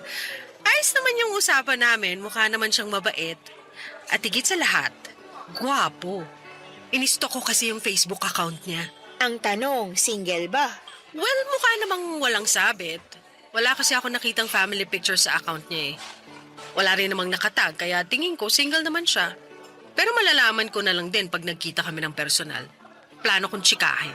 Siya pala dahilan kaya gusto mong umakyat ng bundok. Yun lang kasi ang paraan para magkita at magkausap kami. Kaya sige lang, wala namang kaso sa akin yun. Sige, pero mag-iingat ka, ha? Alam ko sinabi ko na to sa'yo, pero paalala ko pa rin. Oo naman. 3 taon na rin naman ang nakakalipas nung namatay ang fiancé ko. Naisip ko baka panahon na para mag-move on at ma-in love ulit. Tsaka alam mo naman na hindi ito yung unang beses na sumubok ulit ako maghanap ng karelasyon, di ba? Oo. Aktibo naman ako. Sumali pa nga ako sa mga dating app kaso bokeh wala eh. Gusto ko na ulit magka-boyfriend. Malay mo, maging swak kami sa isa't isa nitong napupusuan ko. Papadudot tama naman si Daisy na baka hindi ko kayanin pero gusto ko pa rin subukan. Guwapong-guwapo kasi ako kay Fernan at mabait din naman siya noong kausap ko sa Messenger noong nag-inquire ako. Kaya nga kahit kakaba-kaba ay tinuloy ko ang pag-akyat ng bundok. Si Fernan nga ang tour guide namin noong araw na yon at masasabi ko na inalagaan niya kami paakyat at pababa ng bundok. Naging close kami ni Fernan at nagpatuloy ang komunikasyon namin kahit natapos na ang event. Doon ko mas nakilala si Fernan dahil sa aming pag-uusap. Hinangaan ko siya sa mga bagay na ginagawa niya, lalo na ang pag-akyat ng bundok. Kumbaga'y passion na niya talaga yon at masaya naman siya kasi nakapagtrabaho siya sa isang travel agency bilang tour guide at organizer. Kaya nga pinilit kong sabayan ang lifestyle ni Fernan sa pamamagitan ng pagbubok ng mga tour at pag-request na siyang maging tour guide namin, Papadudot. Barangay Love Stories. Barangay Love Stories. Papadudot, nagbunga ang aking pagpapapansin kay Fernan at mga pagsama-sama sa mga inorganize nilang tour. Naging consistent ang aming pag-uusap hanggang sa naramdaman ko na lamang na nagdada moves na nga siya sa akin. Siyempre nagpakipot muna ako ng konting-konti lang. Pinaramdam ko sa kanya na hindi ako interesado. Pero kating-kati na talaga akong sagutin siya noong niligawan niya ako. Kaya lang may iba akong plano. Around December 2022 ay nagdesisyon akong akyatin ang pinakamataas na bundok sa buong Luzon, ang Mount Pulag, na siyang pangatlo naman sa pinakamataas na bundok sa buong Pilipinas. Ang nag-book ako ng tour sa travel agency kung saan nagtatrabaho itong si Fernan. Advance booking yon, kaya bago pa man dumating ang eksaktong petsa ng pag-akyat namin, ay naghanda na ako mula sa outfit, mula sa trail food na dadalhin ko, extra money, at sarili ko syempre. And fast forward, inakyat na nga namin ang Mount Pulag. At nung nasa tuktok na kami ni Fernan ay doon ko na ginawa ang matagal ko ng plano, Papadudot.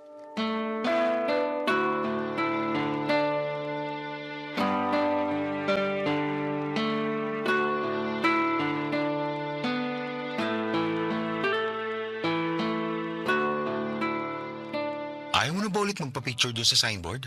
Ayoko na. Nakarami na rin naman ako eh. Sa bagay, nakapag-group picture na rin naman tayo. Oo, at ang dami mo na rin nakuhang picture sa akin. Kaya gustong-gusto kong sumasama sa tour nyo kasi may instant photographer na rin kami. Ang gaganda pa ng mga kuha mo, parang professional. Salamat pero alam mo naman na pagdating sa'yo, iba pitik ko. Naku, napaka-bolero. Hindi kaya yun, Bola. Sa kabuti maganda rin ang panahon dito sa summit ng Mount Pulag. Hindi maulan saka may sea of clouds. Oo nga eh. Tuwan-tuwa nga ako kasi mukhang nakisama sa atin ng langit. At grabe, hanggang ngayon hindi pa rin ako makapaniwala na naakyat ko na ang pinakamataas na bundok sa buong Luzon. Kaya nga, masaya ako kasi sa wakas, nagbunga na rin ng ilang buwan mong training at pagkakit sa mga mas mabababang bundok. Pansin ko kasi bumilis ka na sa paglalakad. At kahit may mga paahon hindi ka na masyadong hinihingal. Oo, nagte-treadmill kasi ako. Madalas din naglalakad-lakad ako sa lugar namin. Lalo na pag malapit na yung angkit natin. Alam mo yan, di ba? Ina-update kita. Oo naman syempre. Pero hindi ko naman to magagawa lahat kung wala ka. Yung bang guidance mo, ganon. Ang tsaga mo magturo at umalalay sa aming mga baguhan eh. Syempre, tungkulin namin na maiakyat at maibaba ng ligtas ang lahat ng mga kasama sa tour namin. Oo nga, pero still, sobrang nakakabilib ang tsaga at professionalism mo. Kaya hindi na ako magtataka kung bakit kita nagustuhan eh. Akala ko sasabihin mo dahil sa kagwapuhan ko. Wow! Hindi lang pala dito sa bundok mahangin ha? Ikaw din mahangin. Grabe ka naman. O bakit, hindi ba? Hindi, bakit din? Anong bakit din? Hindi ba ako gwapo para sa'yo? Yan tayo eh. Sagutin mo na lang kasi. Well, sa totoo lang ah. Oo, doon tayo sa totoo lang. Oo, tama ka. Gwapo ka nga talaga. Gwapong-gwapo na ako sa'yo nung unang beses pa lang tayo nagkausap sa messenger. Kailan yan? Nung nag-inquire ka sa akin tungkol sa event na ino-organize ko? Oo. Aaminin ko mas naintriga ako sa'yo kesa dun sa inong-organize mo. Pero baka naman lumaki ulo mo dyan ah. Babawiin ko sinabi ko. Hindi, wala nang bawian. Nasabi mo na eh. Pwede ko pa rin bawiin. O sige na, hindi na ako mangasar pero seryoso. Anong seryoso? Anin ko naman itong agwapuan ko kung wala naman akong girlfriend na kasing ganda mo. Huy! Seryoso ako sa sinabi ko. Saka, ilang buwan na rin kitang nililigawan. Sana napatunayan ko na sa'yo na totoo yung nararamdaman ko para sa'yo. Na mahal kita. Napaisip lang kasi ako kung meron ba akong tsansa sa puso mo. Meron naman. At tama ka naman sa mga sinabi mo. Napatunayan mo na sa akin ang nararamdaman mo sa ilang buwang paniligaw mo kaya nakapag-decide na ako na oo. Ha? Ha? Hotdog! Athena naman. Anong oo? As in, oo. Oo, sinasagot na kita. Pumapayag na ako maging girlfriend mo. Seryoso ba yan? Hindi yan biro ah. Tayo na? Seryoso nga. At bakit ako magbibiro? Uso kasi yun. Yung mga prank-prank na yan, lalo na sa internet. Bakit naman kita ipaprank? Sige nga. Hindi ko alam. Baka kursunada mo lang ako i-prank. Ganun. Walang dahilan para iprank ka. Seryoso ako na sinasagot na kita. Oo, tayo na, Fernan. Papadudot masaya kami ni Fernan. Nung naging kami at naging sobrang memorable pa yon dahil sa tuktok ng pinakamataas na bundok sa buong Luzon ko siya sinagot. Grabe. Pakiramdam namin ay mas lalong naging espesyal ang araw na yon. Buwaba kami sa bundok na hindi maalis ang ngiti sa aming mga labi.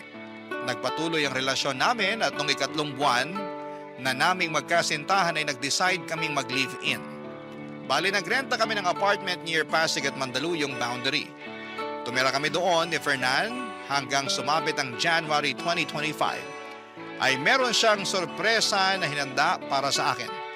Saktong salubong ng bagong taon. Nang lumuhod si Fernan sa aking harapan at nag-propose ng kasal. Ang romantic lang ng eksena dahil noong una ay magkasama lamang naming pinapanood ang mga fireworks tapos ilang sandali lang ay may proposal pa lang magaganap. Walang pagsidla ng saya ko ng mga panahong yon. At noong mga sumunod na araw ay masaya akong nakipagkita kay Daisy upang ibalita na sa wakas ay engaged na kami ni Fernan, papadudot.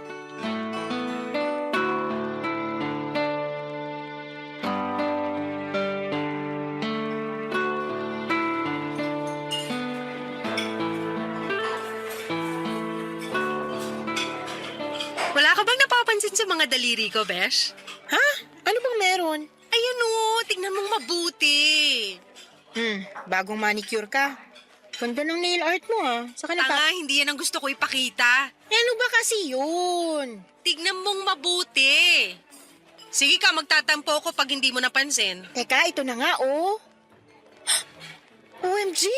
Totoo ba yan? Totoong-totoo, engaged na kami ni Fernan. Nag-propose siya nung New Year's Eve. Siyempre, hindi muna ako nag-upload ng mga pictures sa Facebook kasi plano kong sa'yo muna unang ibalita. Thank you kasi pumayag ka makipagkita sa akin ngayon. Wala yun. Na-appreciate ko naman na sa akin mo unang sinabi. Na-appreciate mo ba sa lagay na yan? Mukha ngang hindi ka naman masaya. Sorry, Besh, pero ang hirap naman kasing maging masaya, lalo may nalaman ako tungkol dyan kay Fernan. Anong nalaman mo? Hindi ko agad sinabi kasi tsumitsempo pa ako. Hindi ko lang akalain na magpo-propose siya sa'yo ngayong taon. Natural, magkarelasyon kami. Tsaka ano ba kasi ang nalaman mo tungkol kay Fernan? Sabihin mo na lang kaysa ang dami mo pang sinasabi dyan. Unfaithful sa'yo yung boyfriend mo, Besh. Ano ka mo? Ganito kasi yan. May nakita kong post sa isang Facebook group tungkol sa pag-akyat ng bundok. Nakapublic naman yung group page nila kaya lumabas sa timeline ko.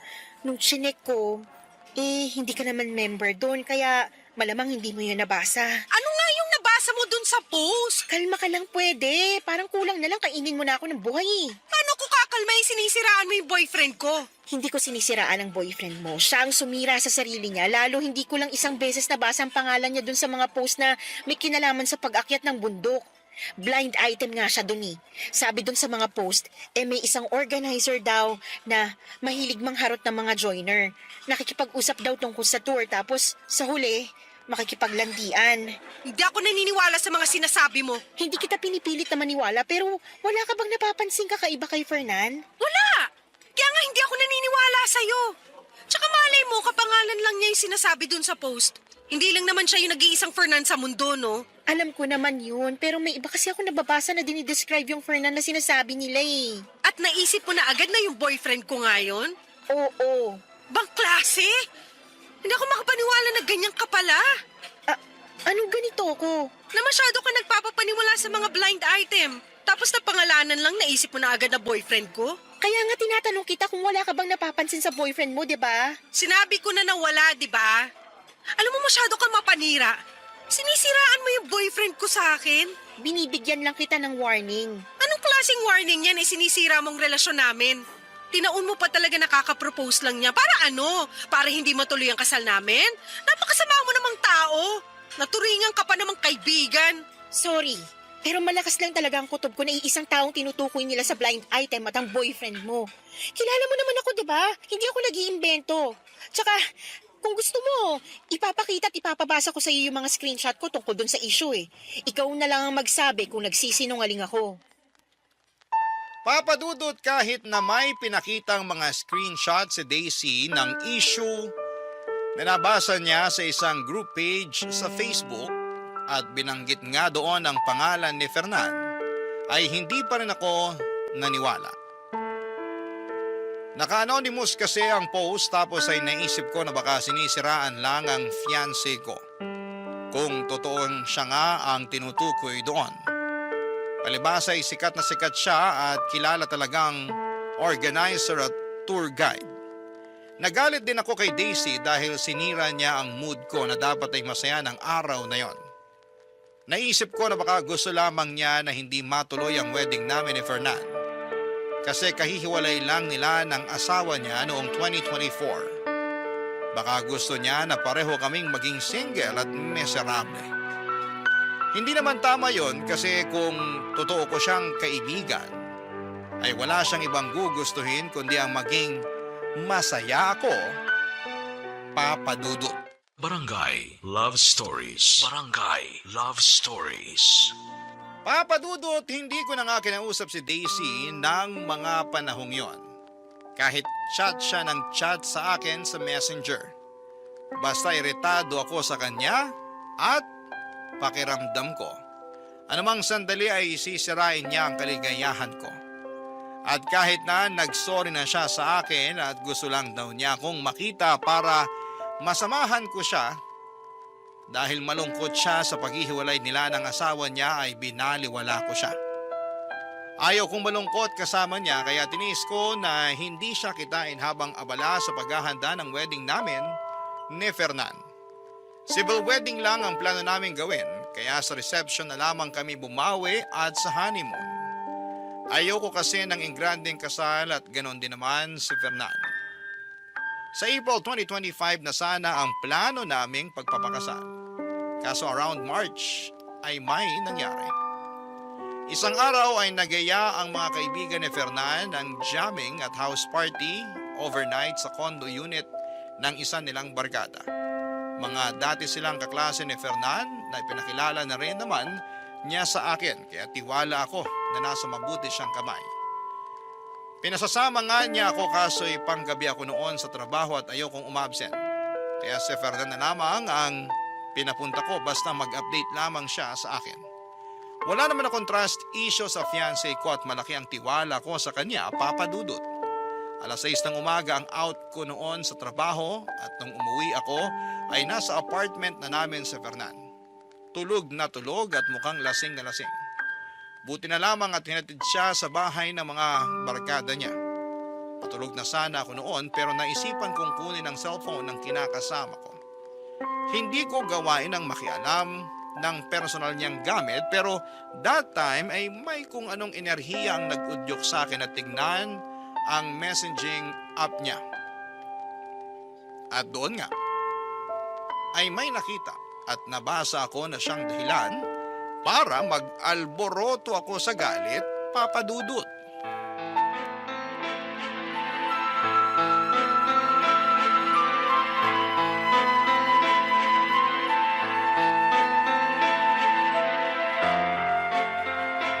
Fernan, gumising ka nga dyan. Bakit ba? Kita mo natutulog yung tao, naantok pa ako. Alam ko, pero may pag-uusapan tayo. Pwede bang mamaya na lang? Patulugin mo muna ako kasi grabe talaga yung antok ko. Paano hindi ka antukin? Eh, anong oras ka na hinatid dito ng mga barkada mo? Teka, galit ka ba? Oo, galit ako. Bakit ka magagalit nagpaalam naman ako sa'yo. Pinasasama pa nga kita nun pero sabi mo mas gusto mong pumasok sa trabaho. Pambihira ka naman no? Huwag mo sabihin nakalimutan mo. Hindi ko nakalimutan. Alam ko na pinayagan kita at hindi naman yun ang rason kung bakit nagagalit ako ngayon. Wala naman akong kasalanan sa'yo Kaya wala kang dahilan para magalit sa akin. Ah, ganon? Sigurado ka ba talagang wala? Ano yun? Tinatanong kita kung sigurado ka bang wala. Oo, sigurado ako. Ano naman gagawin ko? Malay ko rito sa text sa'yo ng BFF niyong babae. Sa bagay, sabi lang naman niya rito, thank you raw kasi nakailang beses mo raw siyang dinala sa langit. Dapat daw matagal ka na niyang pinagbigyan pero salamat pa rin daw sa isang hindi malilimutang gabi. Ano kasi, mahal. Huwag mo nga akong matawag-tawag na mahal. Nandidiri ako sa'yo. Ano kasi, hindi yun katulad ng iniisip mo. Bakit? Alam mo ba ngayon kung ano ang iniisip ko? Gusto mong malaman kasi sasabihin ko. Iniisip ko na nagtaksil ka sa akin. Na si dinami-rami ng babae, yung pa talagang pinakilala mo sa akin at pinagkatiwalaan ko. Lintik naman, Fernan. Napakababoy nyo. Tapos malalaman ko na matagal mo na pala siyang kursunada pero kagabi ka lang niya pinagbigyan? Wow! Wow na wow talaga! Sorry, mahal. Huwag mo nga sabi ako matawag-tawag na mahal kasi nasusuka ako sa'yo! Wala lang yun. Anong wala lang yun? Siraulo ka ba? Hindi totoo yun. Tingin mo maniniwala ako sa'yo? Nadala lang kami ng kalasingan namin. Para namang hindi mo pa nararanasang malasing. Ikaw nga pag tinamaan na ng alak nag-iiba ng personalidad mo. Baliw ka pala eh!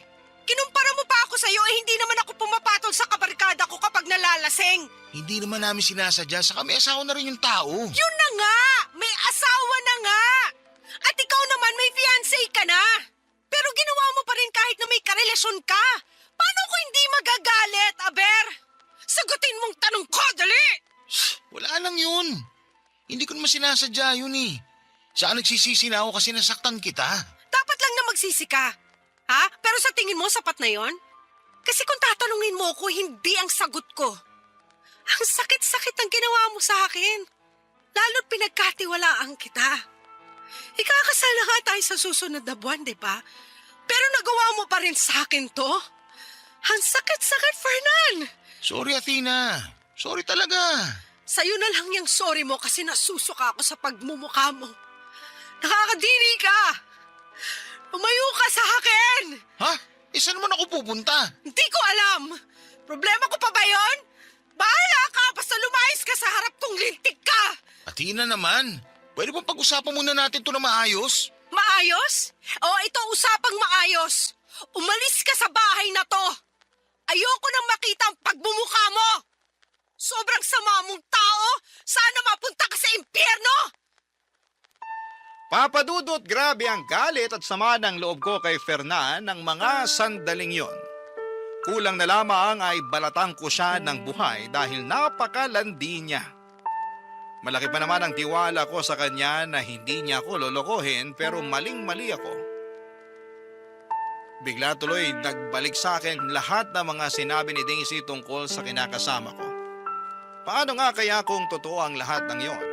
At masyado lang akong naging in denial dahil ayokong may makasira sa aming relasyon. Pinalis ko si Fernan sa apartment na nirerentahan namin ang araw na yon dahil ayoko siyang makita. Sumunod naman siya sa akin at sinabing magpapalamig muna at magpalamig muna ako ng ulo bago ulit siya bumalik para makapag-usap daw kami. Noong time na yon ay tinawagan ko si Daisy habang umiiyak at inalo naman ako ng kaibigan ko. Sinabi niyang pupuntahan niya ako sa apartment namin at yun nga ang ginawa niya. Iyak ako ng iyak kay Daisy na tipong sising-sisi. Kasi hindi ako nakinig sa mga sinabi niya noon. Sana pala ay mas naging mapagmatsyag ako. Kinagabihan ay bumalik nga si Fernan sa apartment namin pero pinalayas ko lamang ulit siya. Ayaw ko siyang kausapin dahil hindi pa ako handang makita ang pagmumukha niya.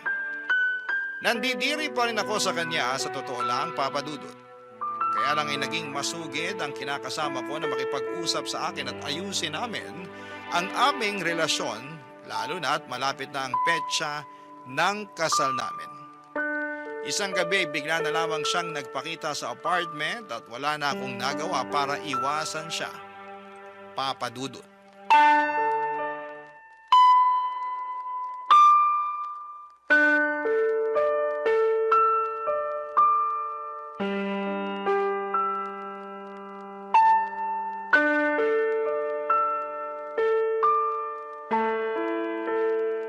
Di ba sinabi kong hindi pa ako handang makipag-usap sa'yo? Ayaw ko pa nga makita yung pagmumukha mo pero ang kapal mo rin talaga makipagkita sa akin ngayon, no? Hindi ka na nahiya? Kinapalan ko na talaga ang mukha ko kasi gustong-gusto kita makausap. Ano pa bang pag-uusapan natin? Marami. Una na doon yung tungkol sa relasyon natin. May relasyon ba tayo? Oo naman. Saka ikakasal na nga tayo, hindi ba? Sa tingin mo talaga gusto ko pa rin makasal sa katulad mong manloloko? Athena naman, huwag mo naman gawin sa akin to. At bakit naman hindi? Ikaw nga hindi ka nagdalawang isip na galawin yung tropa mong babae, di ba? Masarap siya, di ba? O bakit ako ang kinukulit mo? Bakit hindi siyang puntahan mo tapos share kayo ng mister niya? Total mga hayop naman kayo. Tao lang naman ako, nagkakamali rin. Hindi mo na ba ako mapapatawad? Ang tagal na natin, oh. Oo nga, matagal na tayo. Pero sa tingin mo, maliit na kasalanan lang yung ginawa mo? Kasi kung oo, aba, nasisiraan ka na talaga ng ulo. Hoy, para sa kaalaman mo, sobrang sakit ng ginawa niyo sa akin ng kaibigan mong babae. At kahit na hindi siya yung kasama mo na gumawa nun sa akin, malaking kasalanan pa rin na niloko mo ako.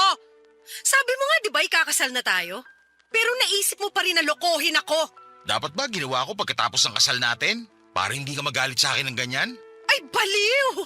Kasi yung sinasabi mo parang ganun na rin eh. O di sana ginawa mo na nung bago pa lang tayo para hindi na umabot sa ganito na malapit pa akong maikasal sa manlolokong katulad mo. Hindi ko nga sinasadya yun. Patawarin mo na ako. Nadala lang naman kami ng mga damdamin namin eh. Saka ikaw ang mahal ko. Kung mahal mo talaga ako, hinding-hindi mo may isip na saktan ako. Kaso wala kang isip eh, kaya nagawa mo yun. Tingin mo maniniwala pa ako ngayon sa sinasabi mo? Hindi ko na mababago ang nangyari na. Kaya nga magagawa ko na lang humingi ng tawad. Pero nangangako ako na magbabago na ako para mas maging karapat-dapat sa'yo. Ayoko mawala ka sa akin kaya pagbigyan mo pa ako. Pag ginawa ko pa ulit yung bagay na yon, ako na mismo makikipag-iwalay sa'yo. Wow, ha? Salamat sa assurance at pakonsuelo mo. Nakakatuwa namang marinig yan. Grabe! Grabe ka na talaga! Athena, sige na. Nagmamakawa na ako. Huwag mo naman sa akin gawin to. Mahal na mahal kita eh. Bigyan mo pa ako ng pangalawang pagkakataon. Binibigay lang ang second chance sa mga taong deserving. Kaya nga pagsisikapan ko na maging deserving. At paano mo gagawin yun? Sige nga! Araw-araw kitang liligawan. Saka ipaparamdam ko sa'yo kung gaano kita kamahal. At kahit na mag-asawa na tayo, gagawin ko pa rin ang panliligaw sa'yo katulad nung kinikilala pa lang natin ang isa't isa noon. Kaya sana naman maniwala ka sa akin at bigyan mo pa ako ng pangalawang pagkakataon para patunayan sa'yo lahat ng mga sinasabi ko. Ewan ko pero, madali lang naman magsalita at magsabi ng mga pangako na anumang sandali, mapapako lang din. Tsaka anong assurance ko na hindi mo na ako lolokohin? Nagawa mo na nga isang beses. Malamang magagawa mo pa yan ulit. Sige, sabihin mo. Paano pa kita pagkakatiwalaan? Sinira mo na yung tiwala ko sa'yo. Kaya nga pagsisikapan ko maibalik yung tiwala na yun na nawala dahil sa pagiging mapusok at makasalanan ko. Sorry na talaga, Tina. Sising-sisi na ako sa nagawa ko. Napakatanga ko naman kasi. Saan ka naging tanga? Kasi nalaman ko? Siyempre hindi. Mabuti na yung malinaw. Tanga ako kasi sinaktan kong babaeng mahal ko. Kaya patawarin mo ko. Hindi ko na uulitin. Pangako yan.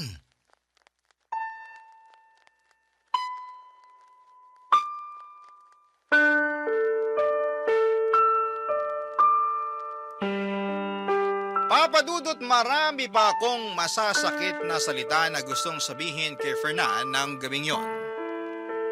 Pero hindi ko na nasabi na daig na kasi ako ng matinding emosyon. At sa halip na pakinggan pa ang pagsusumamo niya at paghingi ng tawad ay muli ko siyang pinalayas sa pamamahay namin. Wala rin namang nagawa si Fernan dahil nag-iiskandalo na ako ng mga panahong yon. Pero hindi pa rin siya tumigil sa panliligaw sa akin at hanggang sa ngayon ay sinusuyo pa rin ako ni Fernan. Hindi ko naman masabi na hiwalay na kami kasi wala rin namang kaliwanagan kung gusto ko ba talagang tapusin na ng tuluyan ang relasyon namin. Aaminin kong mahal ko pa rin si Fernan at gustong gusto ko siyang bigyan ng ikalawang pagkakataon. Pero natatakot ako na baka ulitin na naman niya ang kasalanan niya sa akin. Ang tungkol naman doon sa mga issue sa blind item na naugday sa kanya ay hindi ko na kinumpirma. Pero hanggang ngayon ay iniisip ko pa rin ang bagay na yon. At nababagabag pa rin ako ng sobra. Sana po ay matulungan ako ng mga kabarangay natin kung ano ang gagawin ko. Nahihirapan na kasi ako at kahit na sinabi na sa akin ni Daisy na hiwalayan ko na si Fernan, ay may parte pa rin sa puso ko na ayaw yung gawin. Ewan, litong-lito na ako. Tatapusin ko na ba ang lahat sa amin ni Fernan o susugal pa ba ako sa pamamagitan ng pagpapatawad sa kanya at pagbibigay ng chance? Hanggang dito na lamang po ang sulat ko at sana'y mabigyan ako ng payo ng mga kabarangay natin. Dahil malaking bagay po yun sa naguguluhan kong puso. Maraming salamat po sa inyo, Papa Dudut, sakaling mapili po ninyong i-area ang sulat ko and more power. And God bless po sa Barangay Love Stories. Ang inyong forever kapuso at kabarangay, Athena.